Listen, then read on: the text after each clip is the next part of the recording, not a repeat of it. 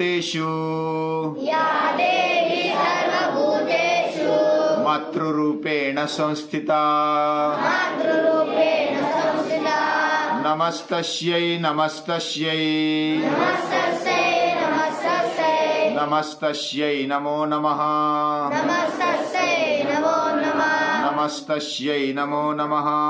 नमस्तस्यै नमो नमः।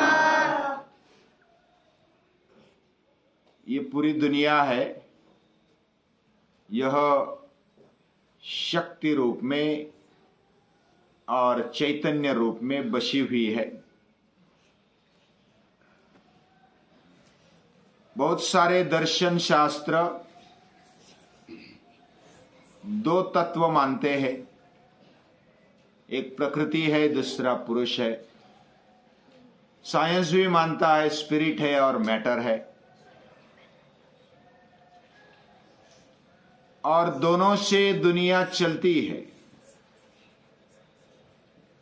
और हमारे इंद्रियों से और प्रत्यक्ष अनुभव से यही दिखाई देता है, उसमें कोई नकारने की प्रथम दर्शनी बात नहीं आती है। हमारे ऋषियों ने भी भगवान का रूप अर्धनारी नटेश्वर के रूप में बताया गया है। आपने देखा है, आधा नारी का रूप यानी पार्वती का रूप है, आधा शिव शंकर का रूप है। ऐसा फोटो देखा है। तो ये जो सृष्टि है अर्धनारी नटेश्वर के रूप में संस्थित है, और ये जो नारी है वह सृष्टि का निर्माण करती है। नारी शक्ति, देवी शक्ति। ऐसे शक्ति रूप वह मूल चैतन्य रूप में, शक्ति रूप माता रूप में ठहरती है और पूरी दुनिया का भरण पोषण करती है। पूजनीय दादाजी ने भगवान की उत्कृष्ट कलाकृति स्त्री, ये जो किताब है उसमें दिया हुआ है। ये जो प्रवचन हुआ था, ये प्रवचन नासिक में ही हुआ था, और उसमें नारी शक्ति क्या है ये बताया। भगवान की सर्वोत्कृष्ट कलाकृति अगर कुछ कोई है तो वह है स्त्री है। यानी पुरुष के पास जो भी है नारी के पास भी है। नारी के पास एक्स्ट्रा है नवनिर्माण, वह जन्म देती है। हमारा जन्म भी नारी से ही हुआ, माता से हुआ, और खुद महिला का जन्म भी नारी से ही हुआ, माता से हुआ। और उसका भरण पोषण गर्भ से लेकर के हमारे जैसे छोटे छोटे बच्चे, उनका लालन पालन वो नारी ही ज्यादा करती है। तो उनमें ये विशेष है, वह नवनिर्मिति करती है। वह जो भी महापुरुष जन्मे या तो महान नारियां जन्मी, वह नारी के ही गर्भ से निर्माण हुई। यानी उसमें प्लस है। ये बात परम पूजनीय दादाजी बताना चाहते हैं।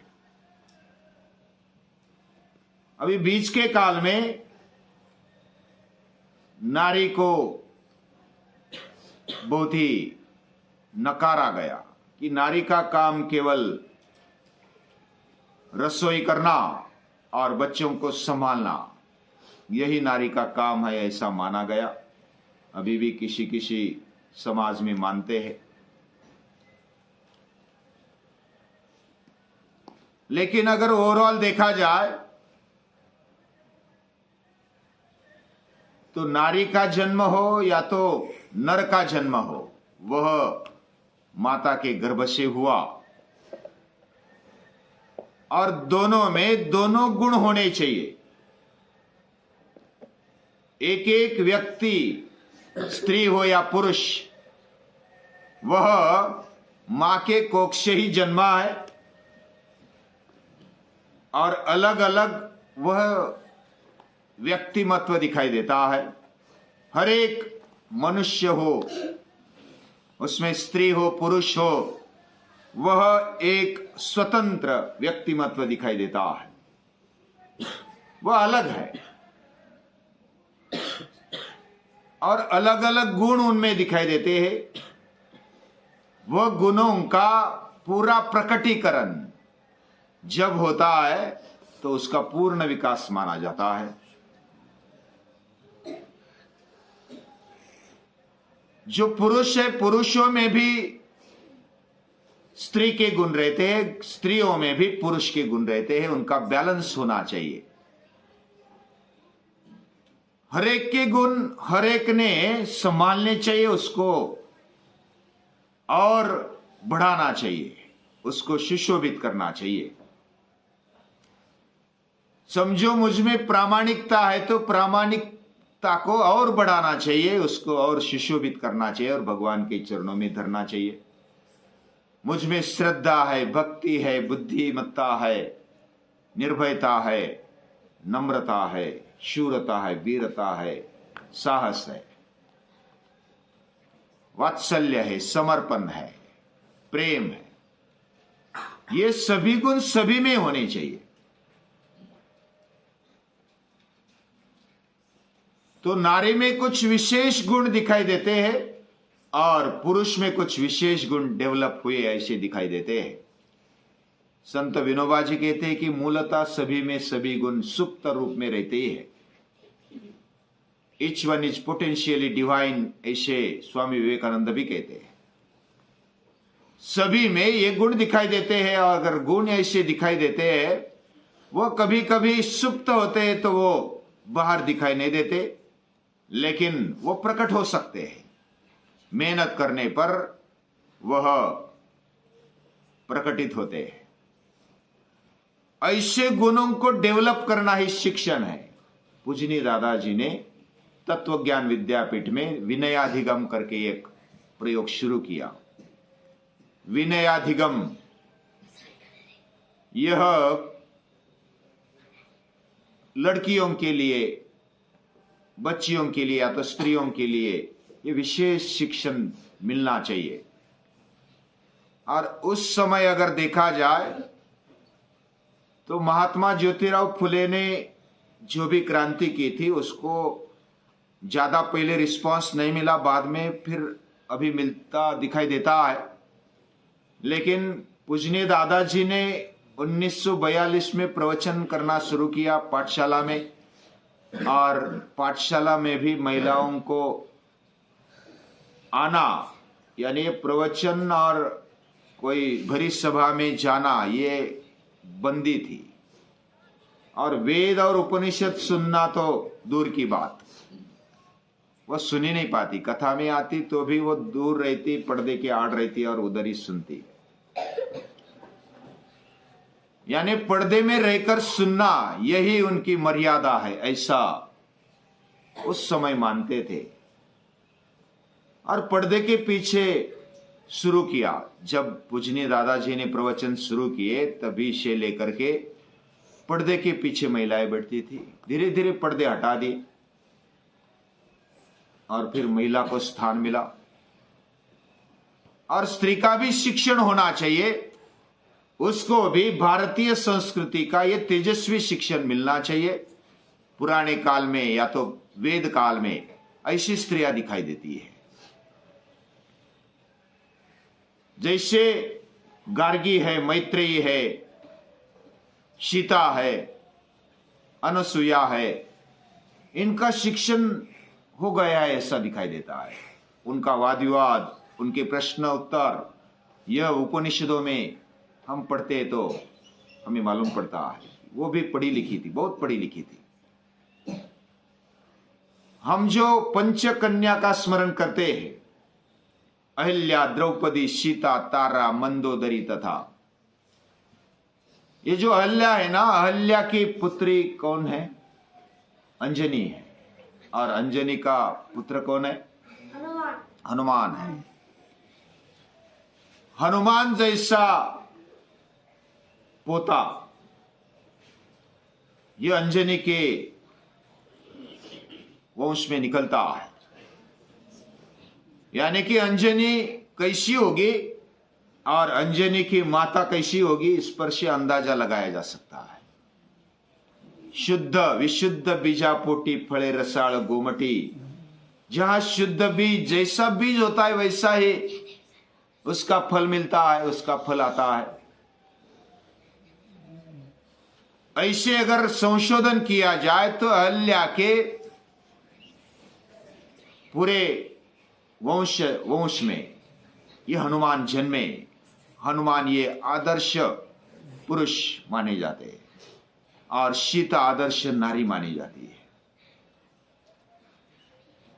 अहल्या द्रौपदी ये शूरवीर है। यानी हरेक जो नारी है ये पंचकन्या में दी हुई। अहल्या गौतम ऋषि की पत्नी है और उनका अभ्यास करने जैसा है। वो पर्वतों में रहती है, जंगलों में रहती है और अपने पति का साथ देते हुए कंधे से कंधा मिलाकर लड़ती भी होंगी। इसलिए तो उनके बेटे ऐसे बने, बेटियां ऐसी बनी है। अंजनी जब बोलती है हनुमान आता है वापस, जो युद्ध जीत कर आते राम लक्ष्मण और पूरे, वह विमान में बैठकर, पुष्पक विमान में बैठकर आते और उधर ठहरते, थोड़ा विराम लेते, थोड़ा चाय पानी हो जाए। ऐसा चाय पानी होगा या नहीं होगा, लेकिन थोड़े रुकते उधर। और अंजनी को जब पता चलता है कि राम और लक्ष्मण को मूर्छा आ गई थी, लक्ष्मण बेशुद्ध पड़ गया था, और ये राम बताते कि वो लक्ष्मण बेशुद्ध पड़ा तब द्रोणागिरी लाने के लिए गया, इसका पराक्रम, ये पराक्रम, वो पराक्रम, ऐसा गुणगान करते हैं राम। तो ये सब सुनकर अंजनी स्माइल भी नहीं करती।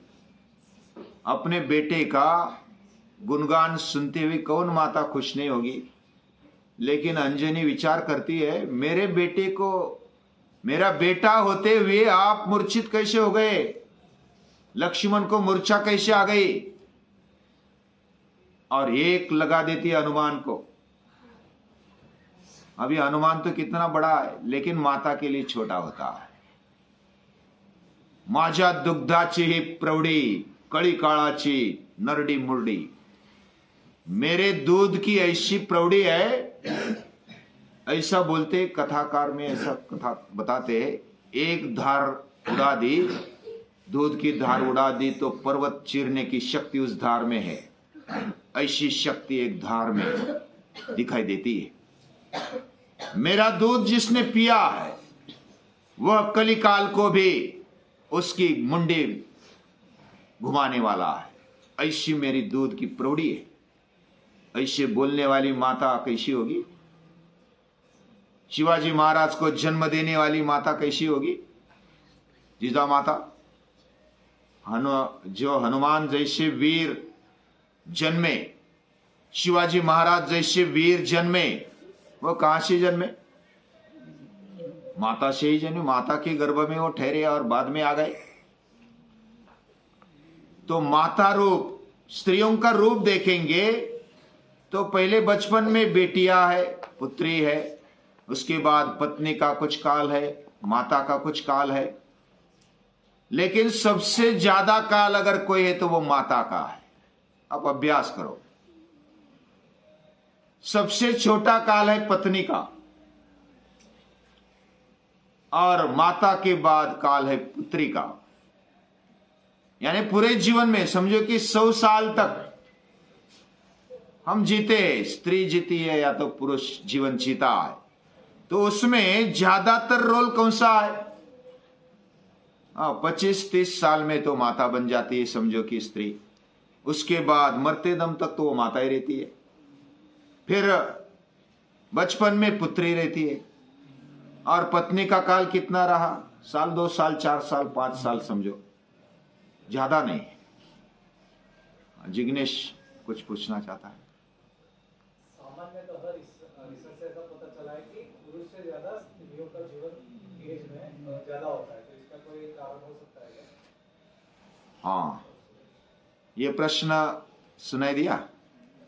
यानी महिलाओं का जो उम्र है, महिलाओं की उम्र वो पुरुष के हिसाब से ज्यादा होती है।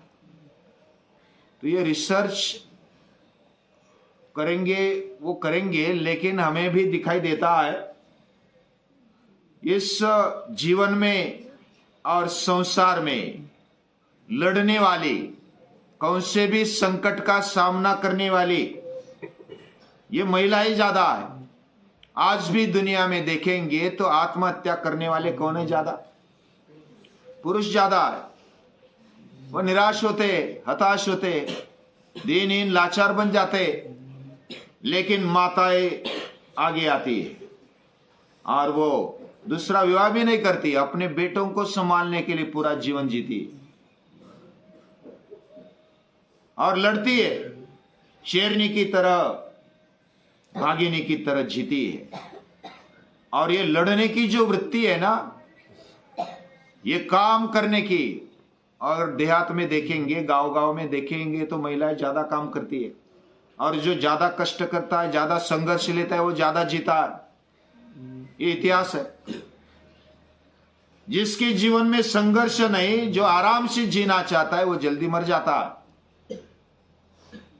यही आयुर्वेद भी कहता है, जो ज्यादा खाता है वो जल्दी मर जाता है, व्यायाम नहीं करता। जो मर्यादा में खाता है, माता तो दूसरों को खिलाती है, कष्ट करती है सुबह से लेकर शाम तक। आप घर में भी देखेंगे, उसमें भी थोड़ा अपवाद होता है, लेकिन जो ज्यादातर एवरेज में कष्ट करने वाली माताएं भगिनी ज्यादा है, और इसलिए उम्र भी उनकी ज्यादा ही होगी। अभी अभ्यास करना पड़ेगा, मेरा भी अभ्यास इतना नहीं है, लेकिन इनका शिक्षण होना चाहिए। और भारतीय संस्कृति क्या है, ये तेजस्वी शिक्षण जो भी अग्नि विद्या है, आत्मविद्या है, ये भी मिलनी चाहिए महिलाओं को। क्यों नहीं मिलनी चाहिए? स्त्रियों वैश्यास तथा शूद्रास्तेपि यान्ति परांगतिम। शायद गीता काल में भी, महाभारत काल में भी स्त्रियों को थोड़ा दुय्यम दर्जा देते होंगे, तभी श्री कृष्ण भगवान को बोलना पड़ा कि इनको भी परम गति मिलती है। भगवान श्री कृष्ण ने स्त्रियों को सम्मान दिया है, और सम्मान देने की आवश्यकता जब पड़ती है, यानी कि नहीं है इसलिए देना पड़ता है ना। लेकिन पूजनीय दादाजी कहते हैं, स्वामी विवेकानंद भी कहते हैं, और बहुत सारे महापुरुष भी कहते हैं, महिला ने खुद अपने आप को कम नहीं समझना चाहिए। ये बहुत ही विचार करने जैसी बात है। वो अपने आप को कम समझती है तो दूसरा कोई भी उठा नहीं सकता। और इसलिए अमृतस्य पुत्रः वयम, हम अमृत के पुत्र है। तदेतत् द्विदलम भवति, यानी कि जैसे द्विदल धान्य होता है, द्विदल धान्य में दोनों पंखुड़ियां मिली होती है, उसमें एक कम एक ज्यादा, एक श्रेष्ठ एक कनिष्ठ, ऐसा नहीं है। दोनों एक जैसे, दोनों साथ में है तो अंकुर फूलता है, दोनों एक साथ में है तो उसका पूर्णत्व बने रहता है। जैसे पहले हमने देखा अर्धनारी नटेश्वर भगवान का ये दोनों रूप में एक रूप है, वैसा ये सृष्टि को, अखिल सृष्टि को ऐसे एक विचार से देखेंगे तो इस बात का पता चलेगा। और संत विनोबा जी तो बहुत ही स्पष्ट कहते हैं कि महिलाएं और पुरुष ये दोनों एक कोख से जन्मे हैं, तो अलग अलग शिक्षण क्यों? और बचपन से लेकर के महिला अगर शिक्षित होती है, वह संस्कारी होती है, तो वह दोनों कुटुंब को बदल देती है, पूरे समाज को बदलने की शक्ति रखती है। ऐसी महिलाएं निर्माण, वह स्वयं आत्मशक्ति को जगाए। उनके जीवन में ये बात, कौन सी बात? मैं तेज की पुत्री हूं, मैं अग्नि जैसी हूं। और हमारे बहुत सारी महिलाएं तो निर्माण हो गई है, उन्होंने तो आदर्श दिया है, लेकिन उनका एवरेज कम है। तो उनको भी अब इधर पाठशाला में गई साल से यानी कि 2021 से हाँ बच्चियों का भी पढ़ना शुरू हो गया। और ये बहुत बड़ी बात है कि उनको भी ये शिक्षण मिले, वेदों का, उपनिषदों का, गीता का ये ज्ञान हमारे जीवन में आ जाए, क्यों ना आ जाए। और जब जिस समाज में ऐसा बोला जाता है, जिस समाज में महिला सक्षम है, संस्कारी है,